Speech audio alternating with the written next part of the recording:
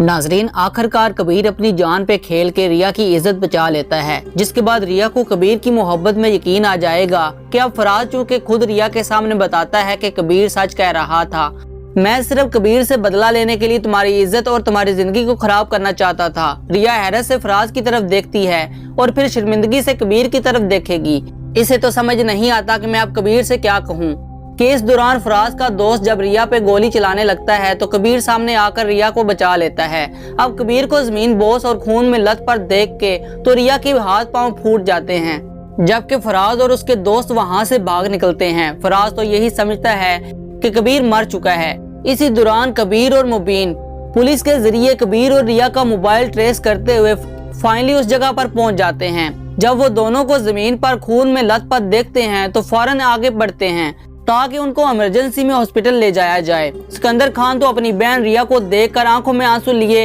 इससे पूछता है कि रिया तुम ठीक तो हो ना, लेकिन रिया होश में ही कहाँ है कि सिकंदर खान की किसी सवाल का जवाब दे सके। इसे तो सिर्फ एक ही फिक्र है कि कबीर ठीक हो, इसे कुछ हो ना जाए। अगर कबीर मर गया तो रिया खुद को कभी भी माफ नहीं कर पाएगी। मुबीन अपनी आदमियों को भी अपने साथ कबीर के हॉस्पिटल ले जाता है, जबकि सिकंदर खान रिया को घर ले जाता है। आसमा जब रिया को सही सलामत देखती है तो रब का शुक्र अदा करती है, लेकिन रिया को उस वक्त अपने भाई बहन बिल्कुल फेक लगते हैं। इसे बुरी तरह से एहसास होता है कि जब फराज अपने मुंह से एतराफ किया था कि इसने मुझे किडनैप किया है तो मेरे सगे बहन भाई आखिर मेरी जिंदगी और इज्जत बचाने क्यों नहीं आए, जबकि कबीर जिसको मैंने हमेशा से ही झूठा समझा और हमेशा वो किया जो कबीर नहीं चाहता था, लेकिन फिर भी इसे मेरी फिक्र थी और वो अपनी जान तक खेल के मुझ तक पहुंचा। तो रिया सिकंदर खान और आसमा से पूछ ही लेती है कि आप लोग मेरे सके बहन भाई हैं। तो जब फराज कबीर को बंदूक की नोक पर लेके जा रहा था तो आप सके भाई होके इस वक्त कहाँ थे।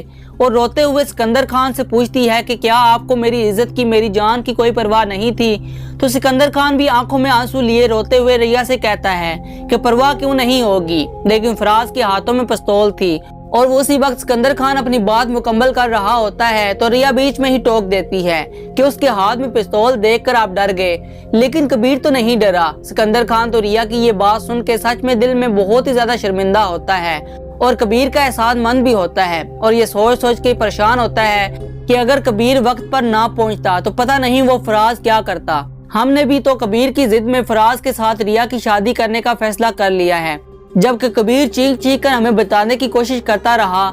कि आप रिया की कहीं भी किसी अच्छे से लड़के से शादी कर दें। मैं कुछ नहीं कहूँगा, मैं अपनी रिया से मोहब्बत करता हूँ, इसको खुश देखना चाहता हूँ, लेकिन प्लीज इस फराज के साथ शादी ना करें। लेकिन आसमा जब देखती है कि रिया और सिकंदर खान के दिल में कबीर के लिए नरम गोशी पैदा हो चुका है तो उसे बहुत ज्यादा फिक्र लाक हो जाती है, क्योंकि वो इस दुश्मनी को कभी भी खत्म होने नहीं देना चाहती। अगर ये दुश्मनी खत्म हो गई तो आसमा का पोल तो खुल जाएगा कि कबीर तो इस घर का दुश्मन ही नहीं है, इसने अगर हमारे बाप का कत्ल भी किया है तो इसके पीछे सारा खेल आसमा का ही था। आसमा ने कबीर की माँ पे झूठा इल्जाम लगाया था, खुद ही अपने बच्चे को खत्म करने के बाद सारा इल्जाम मुबीना पर लगा दिया, क्योंकि आसमा वो बच्चा चाहती ही नहीं थी। अगर वो मुबीन के बच्चे को पैदा कर देती तो वो बच्चा आसमा के पाँव की बेड़ियां बन जाता और वो कभी भी मुबीन को छोड़ ना पाती। इस तरह मुबीना पर इल्जामात लगाने की वजह से मुबीन को छोड़ना आसान हो गया था और ये सब आसमा ने सिर्फ और सिर्फ वाजिद की मोहब्बत हासिल करने के लिए किया था। अगर आसमा का राज खुलता है तो सिकंदर खान आसमा को किसी सूरत वाजिद से निकाह करने नहीं देगा, जबकि आसमा अब वाजिद से मजीद दूरी बर्दाश्त नहीं कर सकती। दूसरी तरफ मुबीना को जब पता चलता है कि कबीर को गोली लगी है तो वो तो परेशानी की आलम में हॉस्टल में पहुंचती है और अल्लाह से रो रो के दुआ करती है कि इसके कबीर को कुछ ना हो। उस दिन के डर से तो इसने कबीर को इतने साल खुद से दूर रखा, क्योंकि इसे पता था कि इस इलाके में कबीर की कई दुश्मन हैं और कोई भी कबीर को नुकसान पहुंचा सकता है। लेकिन मुबीना की दुआएं रंग ले आती हैं और कबीर को फाइनली होश आना शुरू हो जाता है। अब जब मुबीना को डॉक्टर बताते हैं कि आपका बेटा होश में आ रहा है तो वो फौरन ही कबीर के कमरे में पहुंचती है और कबीर जैसे ही होश में आता है तो सबसे पहले फिक्र यही होती है कि रिया कहाँ पर है, किस हाल में है।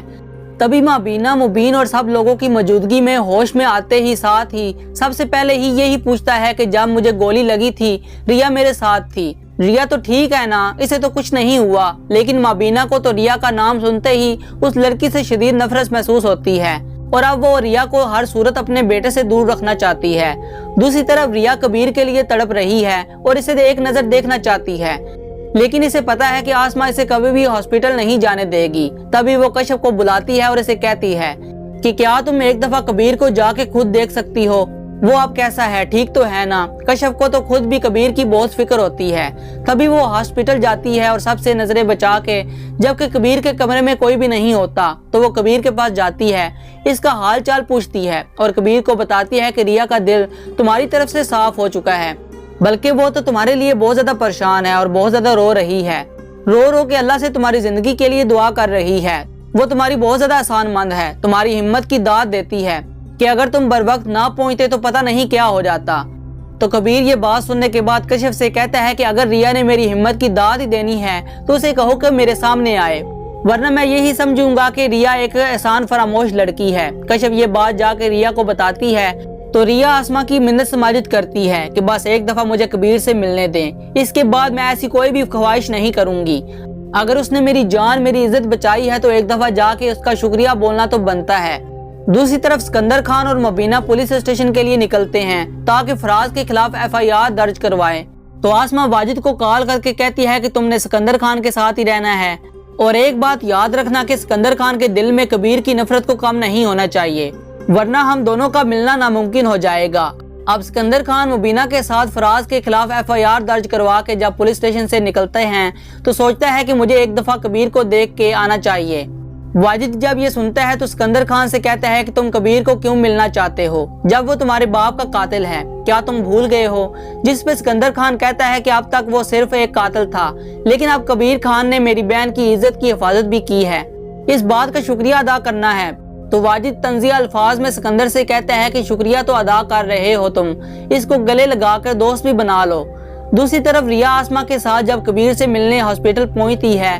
और वेटिंग एरिया में बैठी होती है तो माँ बीना वहां पर पहुंच जाती है और रिया पर चिल्लाना शुरू कर देती है कि तुम मेरे बेटे से मिलने आखिर क्यों आई हो, जब से मेरे बेटे की जिंदगी में तुम आई हो तब से मेरे बेटे पे एक के बाद एक मुसीबत आ रही है, आखिर तुम मेरे बेटे की जान छोड़ क्यों नहीं देती। आसमा तो माँ बीना की इस बात पे बहुत ज्यादा खुश होती है, इसके तो दिल को सुकून मिल जाता है क्योंकि इसे पता है कि जब तक रिया की इस तरफ से इंसल्ट होती रहेगी रिया खुद ही कबीर और इसके खानदान से दूर रहेगी और इन दोनों खानदानों के दरमियान जो गलतफहमियां हैं वो कभी भी खत्म नहीं हो पाएंगी। मुबीना इसे इंसल्ट करवाने के बाद रिया तो बाहर से ही वापस लौट जाती है, जबकि कबीर जो अंदर हॉस्पिटल में रिया का इंतजार कर रहा होता है, इसे तो नहीं पता कि इसकी माँ ने रिया की इंसल्ट करके इसे यहाँ से भेज दिया है। दिल ही दिल में ये सोचता रहता है कि रिया किस कदर एहसान फरामोश है, अगर उसे मुझसे मोहब्बत नहीं है तो कम से कम हमदर्दी तो होनी चाहिए ना, और एक दफा तो मुझे मिलने आना चाहिए था। जबकि दूसरी तरफ सिकंदर खान कबीर के पास जाता है, इसका शुक्रिया अदा करता है और इसे कहता है कि मैं ये एहसान सारी जिंदगी याद रखूंगा और जब भी मौका मिलेगा